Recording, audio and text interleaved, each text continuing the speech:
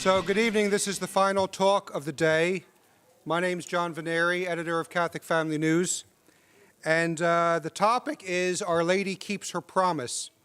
And what we're going to be focusing on is a historical situation that took place in Portugal that, I can't remember her name. Suzanne Pearson. I'm sorry, Suzanne. Suzanne Pearson discussed. And that is the miraculous transformation of Portugal due to the consecration of Portugal to the Immaculate Heart by the bishops. Now, one of the most striking historical events that demonstrates the proper consecration has not been done is what we do is we contrast the effects of the 1930s consecration of Portugal with the 1984 consecration of the world, and we see that there are two very different things. So, the Patriarch of Lisbon at the time, the eminent Cardinal Quedajeira, he said what took place in Portugal in the 1930s and 40s is a sample. This is why this is important. It's a sample, a preview of what Our Lady has prepared for the whole world when Russia is consecrated to the Immaculate Heart of Mary. Here's what he said. He explained that the miraculous blessings that Our Lady obtained for Portugal due to the 1931 consecration is a preview. This is what to look for, is what he's saying, what we will see in the world after Russia is properly consecrated to the Immaculate Heart. Here's what he said, quote, "What has taken place in Portugal proclaims the miracle, and it foreshadows what the Immaculate Heart of Mary has prepared for the world." Now, this dramatic close quote, this dramatic consecration to the Immaculate Heart demonstrates the great power of Our Lady, and also it shows Our Lady's fidelity in keeping her promises. The bishops of Portugal consecrated their nation to the Immaculate Heart on May 13th, 1931. And the effects wrought by this consecration were so spectacular that Frere Michel of the Holy Trinity calls Portugal at this time the showcase of Our Lady. It seems that Our Lady used Portugal to show on a national level what she will do for the entire world when Russia is properly consecrated. Remember, she said, a period of peace granted to the world. And Cardinal Quedajeira said, this is a preview of what will happen throughout the world. Anyway, thanks to this 1931 consecration, Portugal experienced what is called, nicknamed, a threefold miracle. First, there was a magnificent Catholic Renaissance, a great rebirth of Catholic life. Second, there was the miracle of political and social reform.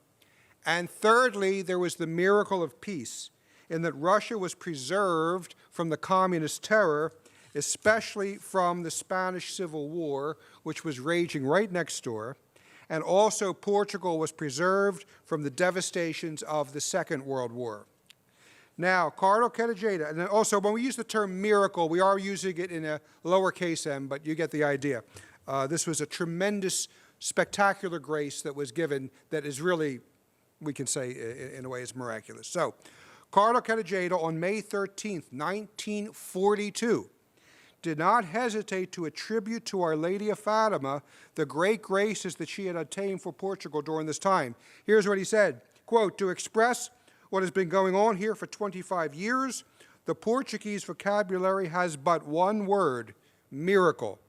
We are convinced that we owe the wonderful transformation of Portugal to the protection of the Most Holy Virgin." Because you remember in 1917, well, I think at least from 1910 up until 1930 and until this consecration was done, Russia was living under an anti-clerical government. You weren't allowed to ring church bells. There was all types of suppression of the religious orders. And then after the consecration, everything changed. We're going to talk about it. So, we'll talk about this 1931 consecration, and then we will discuss the great graces that it procured. October 13th, 1930, it was on that day that the Catholic Church gave its solemn canonical approval to the apparitions of the Message of Fatima.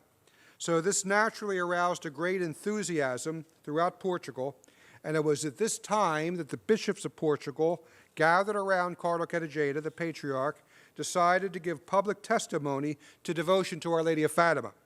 and they decided that on May 13th, 1931, a great national pilgrimage of thanksgiving would be organized under the direction of all the bishops of the country.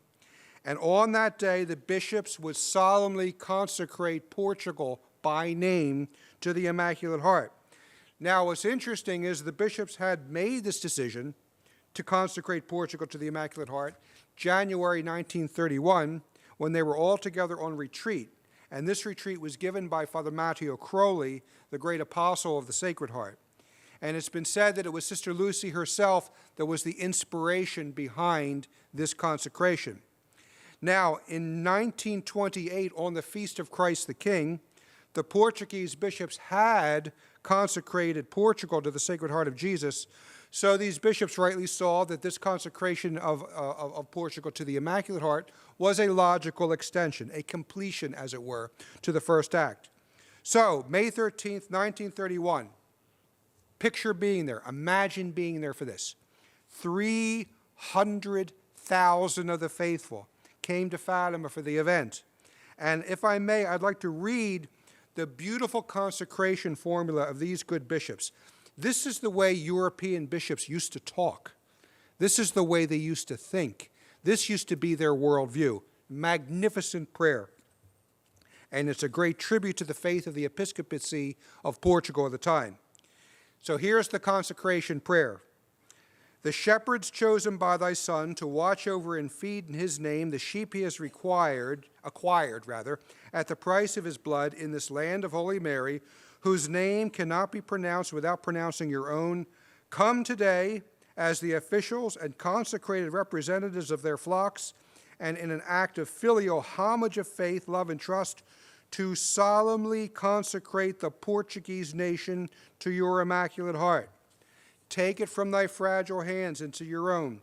Defend it and guard it as your own property. Make Jesus reign, conquer, and rule in it.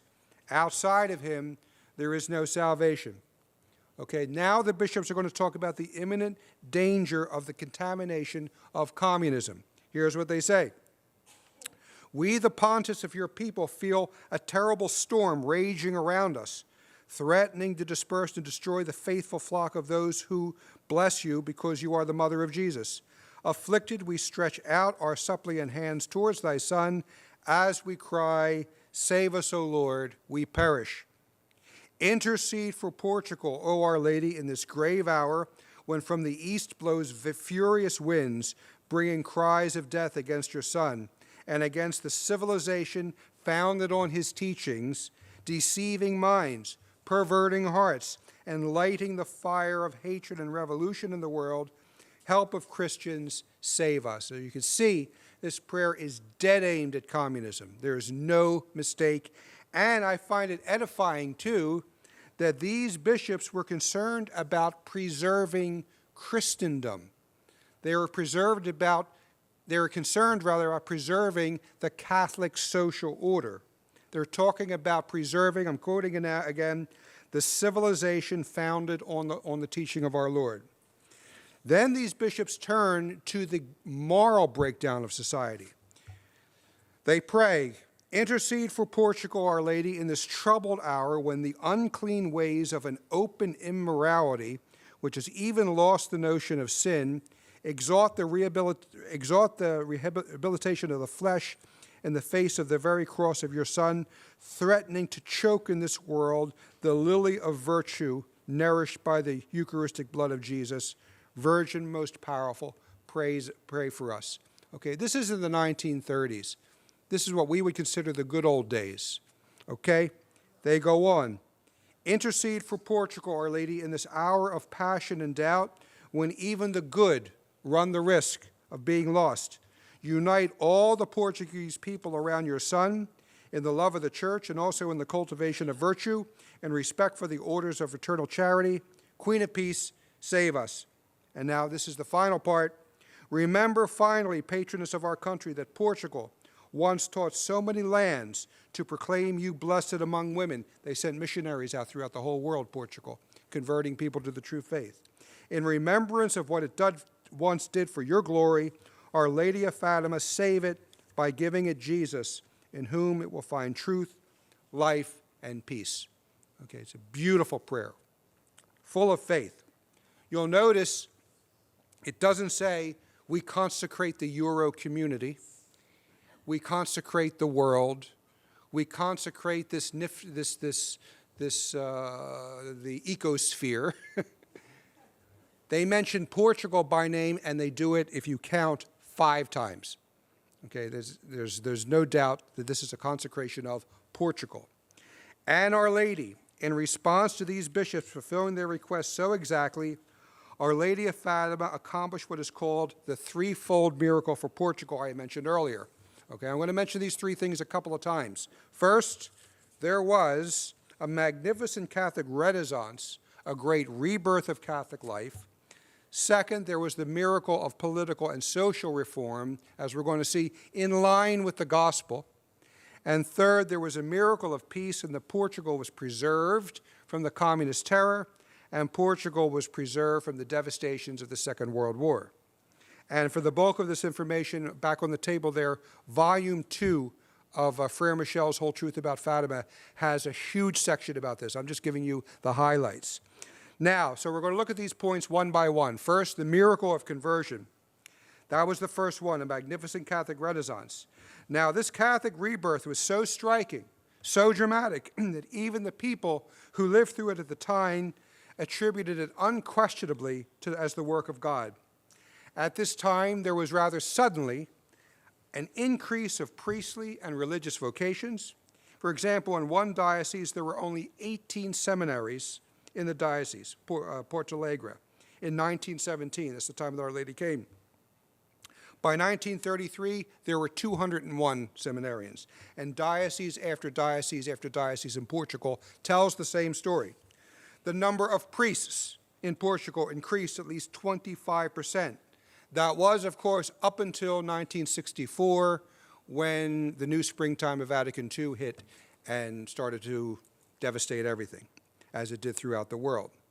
As for religious, their numbers almost quadrupled in 10 years. The same ascending curve was noticed in the number of religious communities in Portugal at the same time. And lastly, I've been talking about priests and religious, but also it affected the laity. There was the great renewal of Christian life, which showed itself in many ways in the development of the Catholic press, Catholic radio, pilgrimages, spiritual retreats, and a magnificent movement of Catholic action that was firmly integrated within parish and diocesan life. There was an association called the Pious Unions of Crusaders of Fatima that numbered 500,000 members. Remember, Portugal is a small country, 500,000 members, and the people themselves were as fiercely anti-communist as they were devoted to the Sacred Heart of Jesus and the Immaculate Heart of Mary. And this Catholic Renaissance was so great that in 1942, the bishops of Portugal publicly acknowledged it and praised Our Lady for it. Quote, they wrote in a pastoral letter, anybody who would have closed his eyes 25 years ago and opened them now would no longer recognize Portugal. So vast is the transformation worked by the modest and invisible factor of the apparition of the Blessed Virgin at Fatima. Really, Our Lady wishes to save Portugal.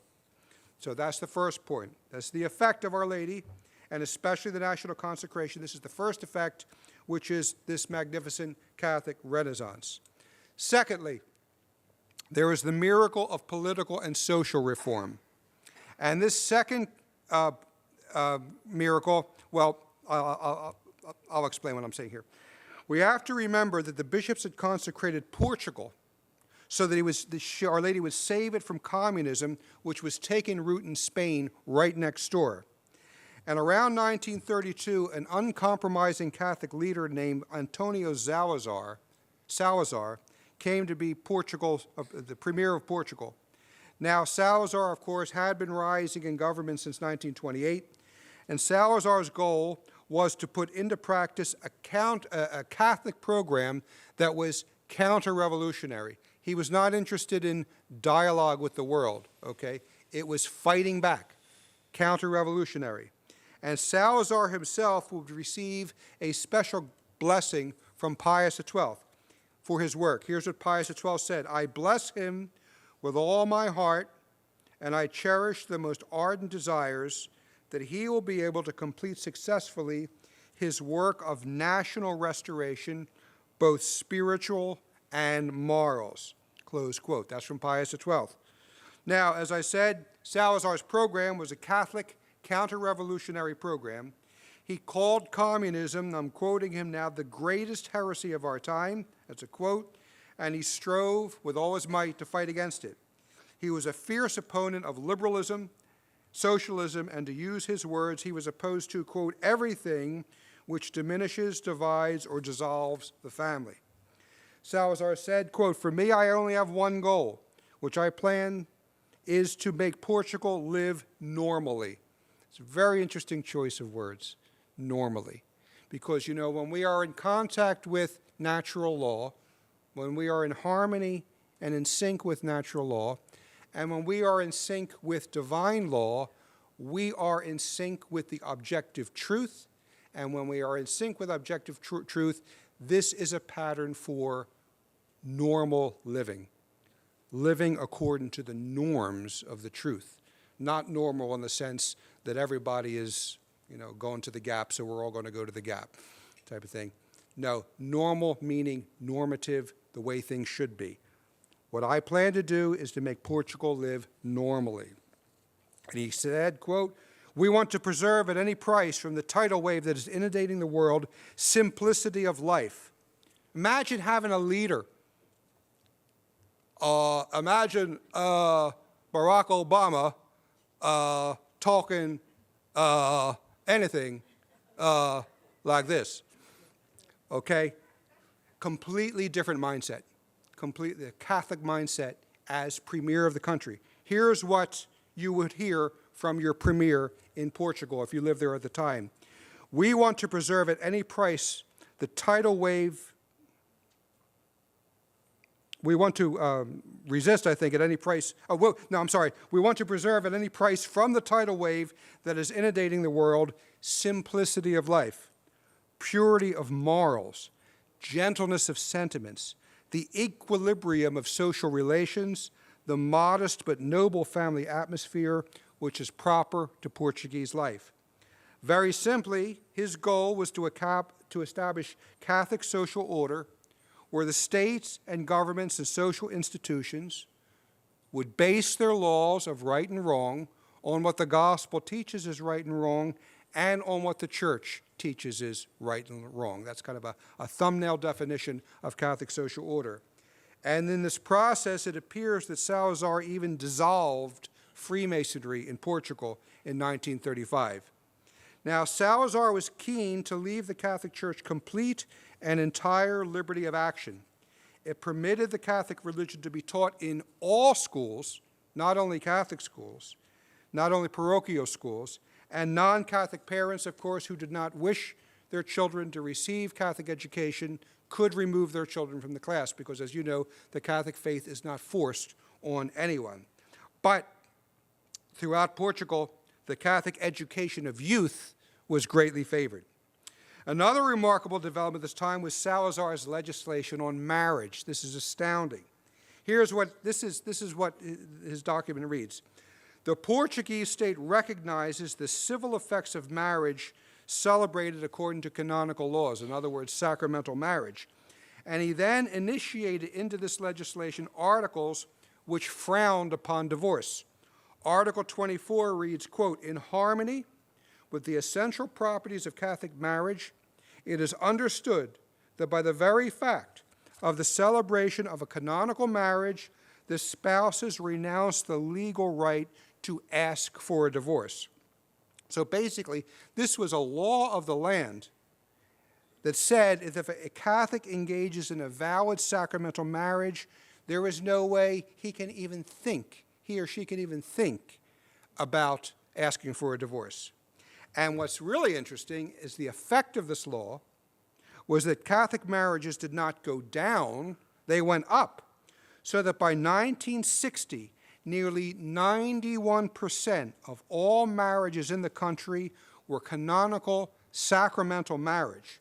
I mean, can anyone any one of us imagine living in a country where 91% of the marriages are proper sacramental Catholic marriages, and that the couples going into it have completely accept the fact that divorce is out of the question? You see, that is a civilization of love, and it's nowhere to be found at present in any country. So, while so many other countries throughout the world were plagued with communism and humanism and socialism and revolution and the beginnings of family breakdown, Salazar stood practically alone in establishing a nation that was, for the most part, based on Catholic social principles. In other words, as I said, it conformed to objective truth. It conformed to reality. The third is the miracle of peace. Now, the miracle, this third miracle, the miracle of peace, is it's a two-pronged. First, Portugal was saved from the communist terror, and next, Portugal was saved from the ravages of the Second World War. Now, it is well known at the time that Moscow's plan was to plant, so you had Moscow over here, communists here. Their plan was to plant communism in Spain, and if they did that, Europe would be bookended by communism, and they could just they could sweep into the center. It would have communist Russia, as I said, one side, communist Spain on the other, and the Portuguese bishops were astute, and they were watching all this, and they were watching the events in Spain, and they were afraid for Portugal. So on May 13th, 1936, the bishops met together, and they made a secret vow. Now, they had already consecrated Portugal. They vowed, though, that they, the bishops, would lead a national pilgrimage to Fatima in 1938 to give solemn thanks to the Blessed Mother if she obtained for Portugal victory over communism and the benefit of peace. Those are the Cardinal Patriarch's own words. And on July 13th, 1936, just 2 months after their vow, there was the assassination of the monarchist deputy, Calvo Sotelo, which marked the beginning of the Spanish Civil War. And as Frere Michel points out, the threat to Portugal was very grave during the time of the Spanish Civil War. It was, humanly speaking, it was inevitable that this war was just going to sweep into Portugal. But it never did. And it could have. And it almost did. For instance, on September 8th, 1936, 2 Portuguese ships mutinied to join the communists in Spain. And as soon as Salazar heard this, he gave the order that the ships be bombarded until they either surrendered or sank. Maybe sunk is better. Now, when Salazar did this, he received the full backing of the bishops of Portugal. Can you imagine the American bishops backing something like this? The contrast is just astounding. Anyway, so it wasn't long before the mutineers came to their senses, and afterwards the bishops themselves wrote about the event. Here's what they said, quote, a revolutionary movement got underway, which was quickly snuffed out. Thus, Portugal could continue in tranquility on the path of work and progress. So, that was one major disaster averted, but almost a year later, there was another. There was the attempt on Salazar's life. July 4th, 1937, Salazar was on his way to Mass at a private chapel at a friend's house, and just as he stepped out of the car, a bomb exploded. It was only 10 feet away. The bomb had been hidden in an iron case. Now, the bomb blast left Salazar untouched, again, only 10 feet away, but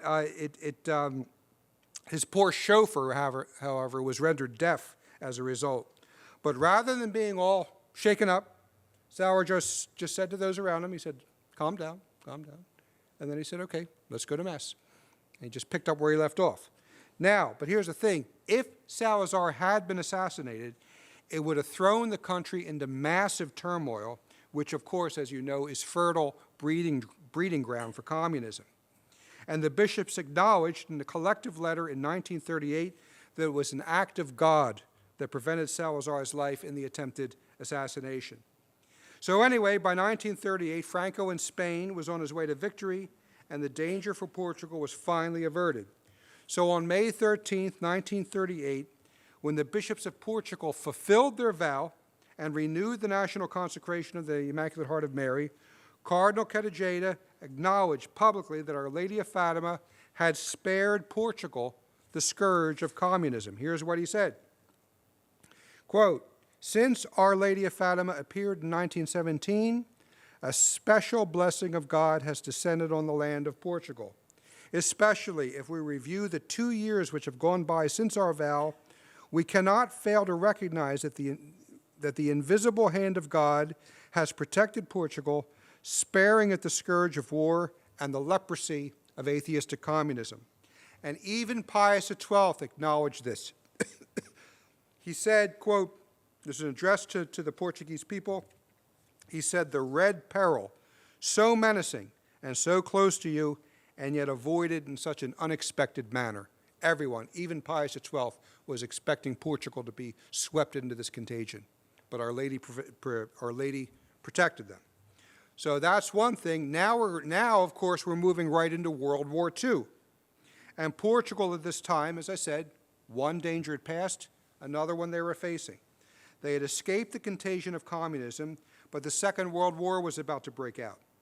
And listen to this. On February 6, 1939, 7 months before the declaration of war, Sister Lucy wrote to her bishop, Monsignor de Silva. She told him that war was imminent. But she told him also of a magnificent and miraculous promise.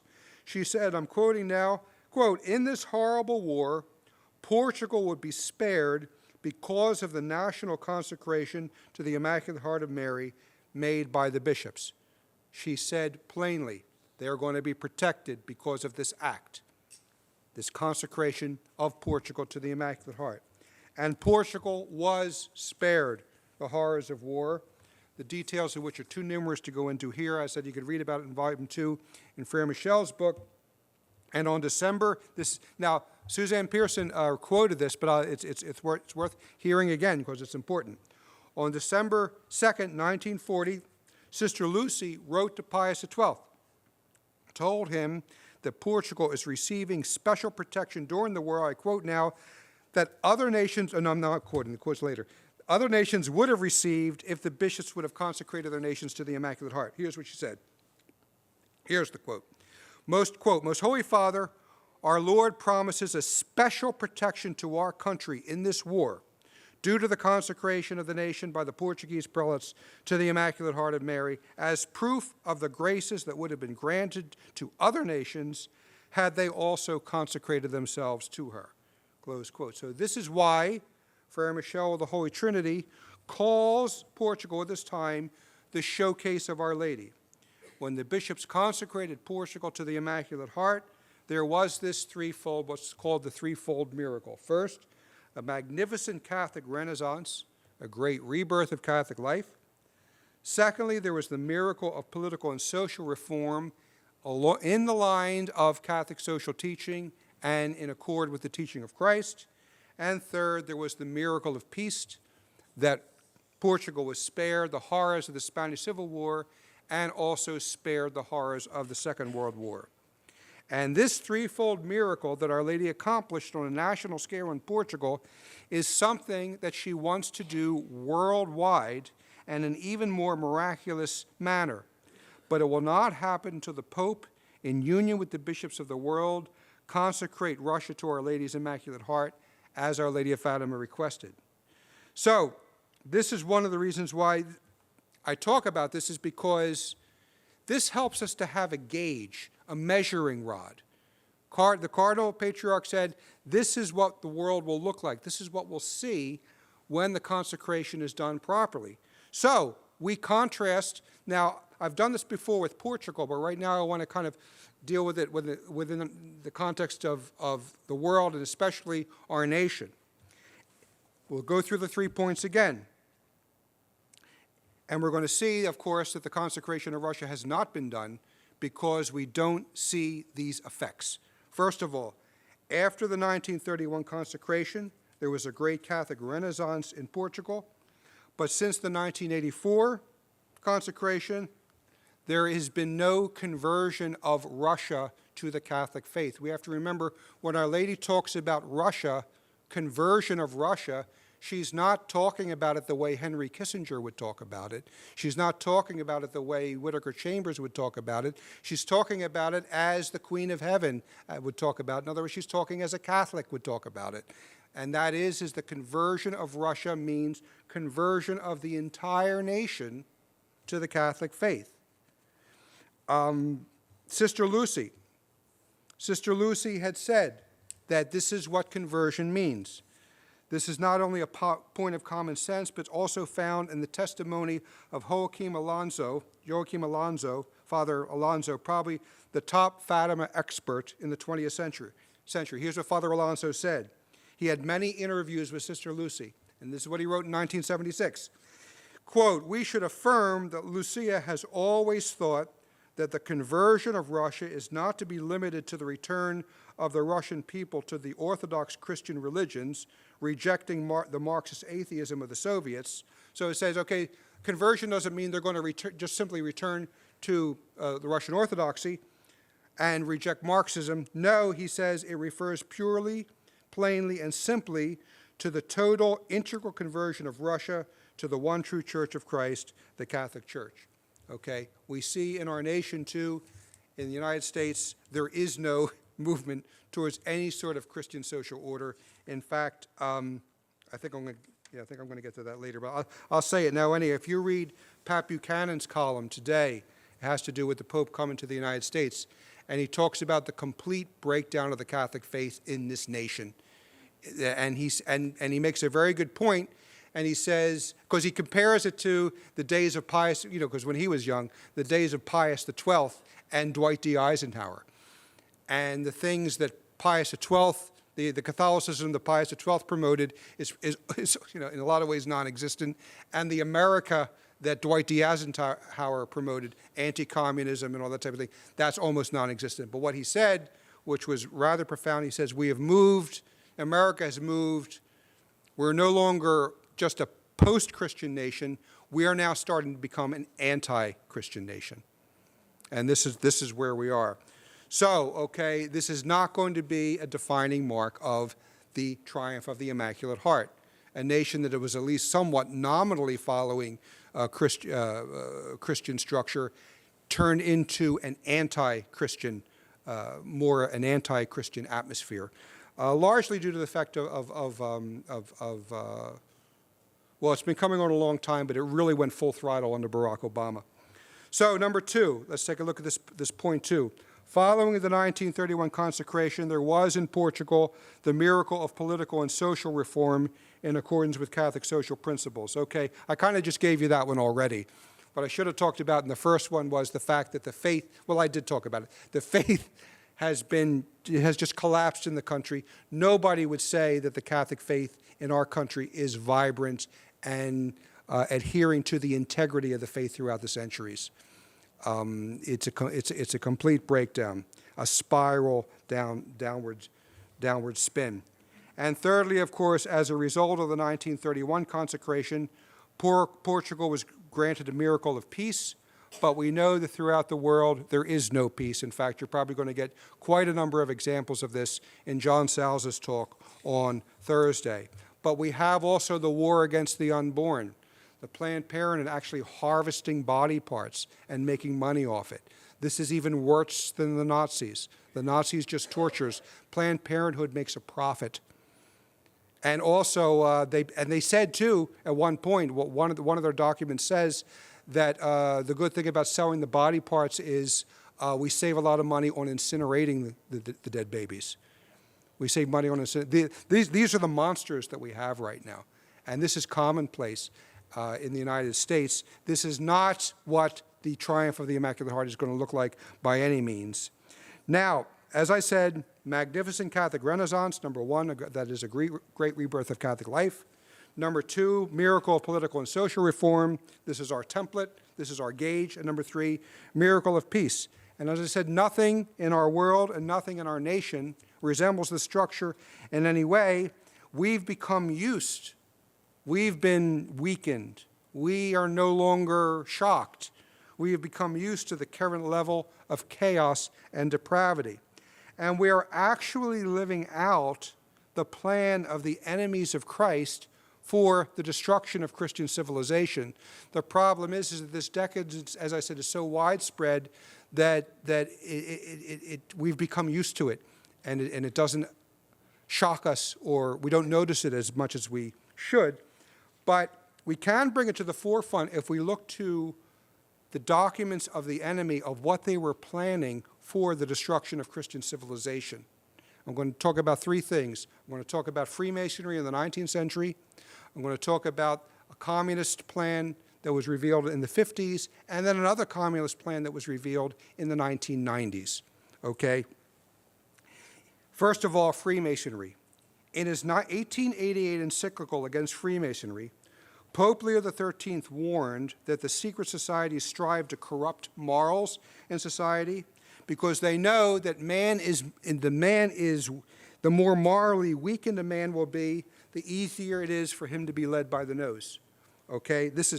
And more easily they will fall for or cooperate with their godless principles.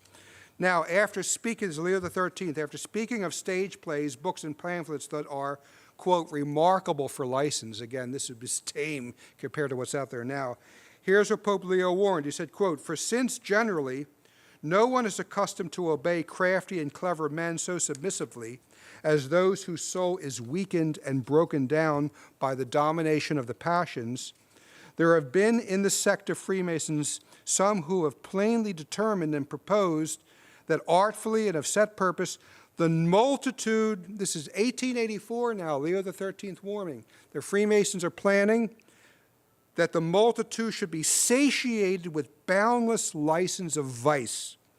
And when this has been done, it would more easily come under their power and authority.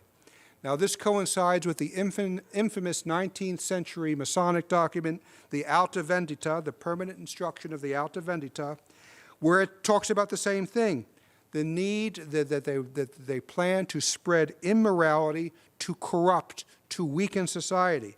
And here's what they said at one point. In order to destroy Catholicism, it is necessary to commence by suppressing women. But since we cannot suppress women, let us corrupt her. The Alta Vendita said, Tertullian was right in saying that the blood of martyrs was the seed of Christians. Let us then not make martyrs, but let us popularize vice amongst the multitude. Let us cause them to draw it in by their five senses, to drink it in, to be saturated by it. Make vicious hearts, and you will no longer have Catholics. It is the corruption of the masses that we have undertaken. Does anyone have a sense that they might have succeeded? Does this resemble anything of the triumph of the Immaculate Heart? When we can talk about society and says it's the enemy's plan that we see in operation, not Our Lady's plan. But I'm not done yet. Communism, similar aims. 1958, former FBI agent Leon Skosin, he documented 43 communist goals to subvert America from within. This is from a well-known book, maybe some of you have. It's called The Naked Communist. I have the original, well, 58 it was first published. I have the second edition, which is 1960s. So there's no way that what I'm saying was made up after the fact. These were communist goals. I'm only going to give you 5 of them. Goal 24, eliminate all laws governing obscenity by calling them censorship and a violation of free speech. Goal 25, break down cultural standards of morality by promoting pornography and obscenity in books, magazines, motion pictures, radio, and TV. Goal 16, remember this is 1958 when this is unthinkable. Goal 16, present homosexuality, degeneracy, and promiscuity as normal, natural, and healthy. Again, 1958. Goal 27, infiltrate the churches and replace revealed religion with a social religion, a more humanistic religion, and discredit the Bible. And goal number 40, discredit the family as an institution, encourage promiscuity, and ding, ding, ding, easy divorce. Okay, what do we have with the new annulment rules? It's nicknamed easy divorce or fast food divorce or Catholic divorce, okay? We see the plan of the enemy unfolding everywhere, surrounding us. We're submerged in it. Each one of those goals listed by Mr. Skosin, considered unthinkable in America in 1958, is not only accomplished by the United States, but it is principal components of today's pop culture, Hollywood, rock and roll, MTV, Britney Spears, Miley Cyrus. Do I need to go further? A corruption of our youth, okay, called for 19th century in the Alta Vendita and in 1950s by the communists in order to break down society. This, incidentally, is one of the things I think is happening, personal opinion on geopolitics, what's really happening with Vladimir Putin. He is the most Christian-sounding world leader at the moment. But what's he doing is, now I have one very good writer who doesn't write for CFN, but a speech I read where he said what he's really interested in is he's basically a Russian nationalist, and he's building up Russia once again to be a world power, a power to be reckoned with. And what is he doing in the process? He is stamping out those things that the communists placed in our country to break down society. He is encouraging families. There's no so-called gay pride parades allowed in Moscow. Did you hear the Elton John story? No. Elton John, who is supposedly married to Elton Dan or whatever, and has adopted a boy. I mean, you know, it's just, and anyway, he made an announcement that he wants to have a meeting with Vladimir. I mean, you know, here he is playing tiny dancer. I want to have a meeting with Vladimir Putin, all right? Goodbye, Yellow Brick Road. Yeah, thank you. In any event, he announced he wanted to have a meeting with Vladimir Putin. He gets a phone call from Vladimir Putin. They talk about it. They talk about the fact that we can have this meeting. He hangs up and he makes his happy announcement to the press and to the world that I asked for a meeting with Vladimir Putin, and he telephoned, and a meeting is going to happen in the near future. And then the next day it came out that this was the work of 2 Russian comedians who had gotten Elton John's home number and called impersonating Vladimir Putin. I'd give a week's pay to see that hissy fit when Elton found out. You know, but anyway, yeah. But see, I don't know what Putin's real game is. What I do know is he does know what breaks down society, and he's keeping it out of Russia. It's one of the jokes where I always make at home. We're going to move to Moscow. You know, at least there won't be any pride parades there. So, now, there is one more that I want to talk about. You might have heard about this. It is a documentary called Grinding American Down. Now, this takes us pretty much up to the present. Former Idaho Representative Curtis Brown, he said that when he was in graduate school in 1992, now this is 8 years after the consecration of Russia that was supposed to stamp out the errors of Russia, okay?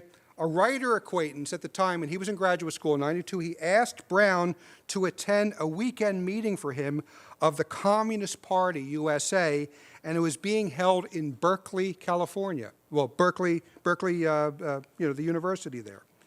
And there he saw communists propounding a stratagem for further subversion of America from within.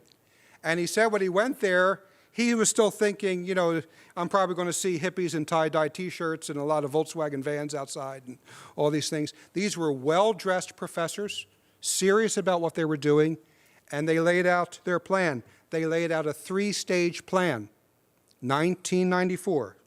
They said, number 1, to break down the family, the communists urged promotion of cohabitation, living together out of wedlock, and the feminist movement, because it breaks down, as Dietrich von Hildebrand, I mean, Alice von Hildebrand said, the feminist movement shoots the mother in the heart. It gets her in the heart. and it takes her away from the family. That's the first goal. The second goal, so that's to break down the family, okay? Second, to destroy our culture and religion, the communists encourage the promotion of homosexuality. Okay, so this is the second time we have communists promoting this. And third, listen to this, to destroy business, I'm quoting directly, the communists said in 1962, quote, they wanted to get behind the environmental movement, as they saw it as the only vehicle capable of creating enough regulations and red tape to discourage business growth. So you're going to cripple the nation. Okay, that's what they're talking about, to destroy business. And in the same documentary, former White House staff economic advisor Jim Simpson, here's what he said. He said, Patrick Moore, who was co-founder of Greenpeace, and he was a very dedicated environmentalist, he quit Greenpeace when he realized that it had been captured by radical leftists who were intent on using the environmental movement as a vehicle to destroy capitalism. Okay? So, he said, too, for two things. First of all, this is why, I think you've heard this, why environmentalists are called watermelons. Okay? Green on the outside, red on the inside. All right? Environmentalists. But also, when Curtis Brown was at that meeting in 1992, he said, this plan is so radical. This plan is so outlandish. This is not something I'm going to have to worry about in my lifetime. And in 2006, I guess, watching the headlines and seeing the way things had spiraled downward, he remembered then he had been at that meeting in 1992, and he said, they've done it all, and they did it within the space of about 12 years. Now, this, of course, is, I've mentioned them already, the program of Barack Obama, the immorality, the homosexuality, the environmentalism. But unfortunately, these are also themes we find in the present pontificate. If we look at the synod document of the midterm document, they're talking about looking for the positive aspects of cohabitation. They talk about, Cardinal Schönborn talks about the positive aspects of a stable homosexual union. Cardinal Marx talks like that. And these are the men, these radicals, Casper, Schoenberg, who did I just mention? Marx, Daniels, these are the ones who are hand-picked, hand-appointed by Pope Francis to be on positions of authority at the Synod, and people like Cardinal de Palos and Cardinal Brandmuller and Cardinal Burke are cut out. Also, the push for environmentalism we see in the present pontificate not only reflects the plan called for by the enemies of Christ and civilization to break down the business and to keep everything just wrapped in the red tape of regulation, but it also, and maybe Mr. Ferrara talked about this, it has nothing to do with the papacy. I mean, I wouldn't be surprised at this point if we would get an encyclical that was basically saying, make sure to brush your teeth and change your oil every 3,000 miles. I mean, this is where we are. What we have here is, with the environmentalism that Francis is promoting, what do we have? We have the reverse. It's like Peter was talking about, the anthropomorphism, the anthropocentric, the human-centered. What we had it with the modern ecumenism, and now we have it full throttle with environmentalism. Catholic environmentalism is we have religion at the service of ecology, religion at the service of humanity. This is a disorientation going in the wrong direction. There's another word for that, a diabolic disorientation. This man-centered disorientation is caused by a reckless sentimentality, because you only have emotions and sentiment operating. You really don't have the intellect, unless who is ever doing it is really motivated by sheer malice. And it's also motivated by the spirit of modernism, and those are topics I'm going to deal with in my talk on Thursday. So I want to repeat then, just remember this threefold plan as a gauge, as something to judge, something you use to make a judgment, okay?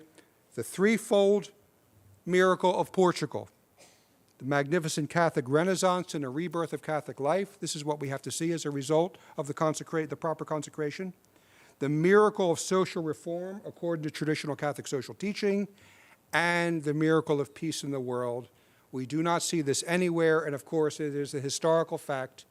Did any pope ever consecrate Russia by name in union with the world's bishops in a ceremony that was done throughout the world? One syllable answer, no. It's never been done. So we don't have the historic fact of the consecration, and as we see, we do not have the effects. Now, it's amazing that I have to go through this much explanation to explain what should be obvious. But as Mr. Ferrara talks about, and I guess others, there are so many who keep claiming the consecration is done because this one said so and that one said so. No, we have to look at the objective reality of it all and continue to work for this glorious consecration and also its effects. So I'll close by quoting again the Patriarch of Lisbon, Cardinal Cartagena. He said, what took place in Portugal in the 30s and 40s is a sample, a preview of what the world will look like when Russia is consecrated to the Immaculate Heart. And he said, quote, what has taken place in Portugal proclaims the miracle, and it foreshadows what the Immaculate Heart of Mary has prepared for the whole world. Thanks for your attention.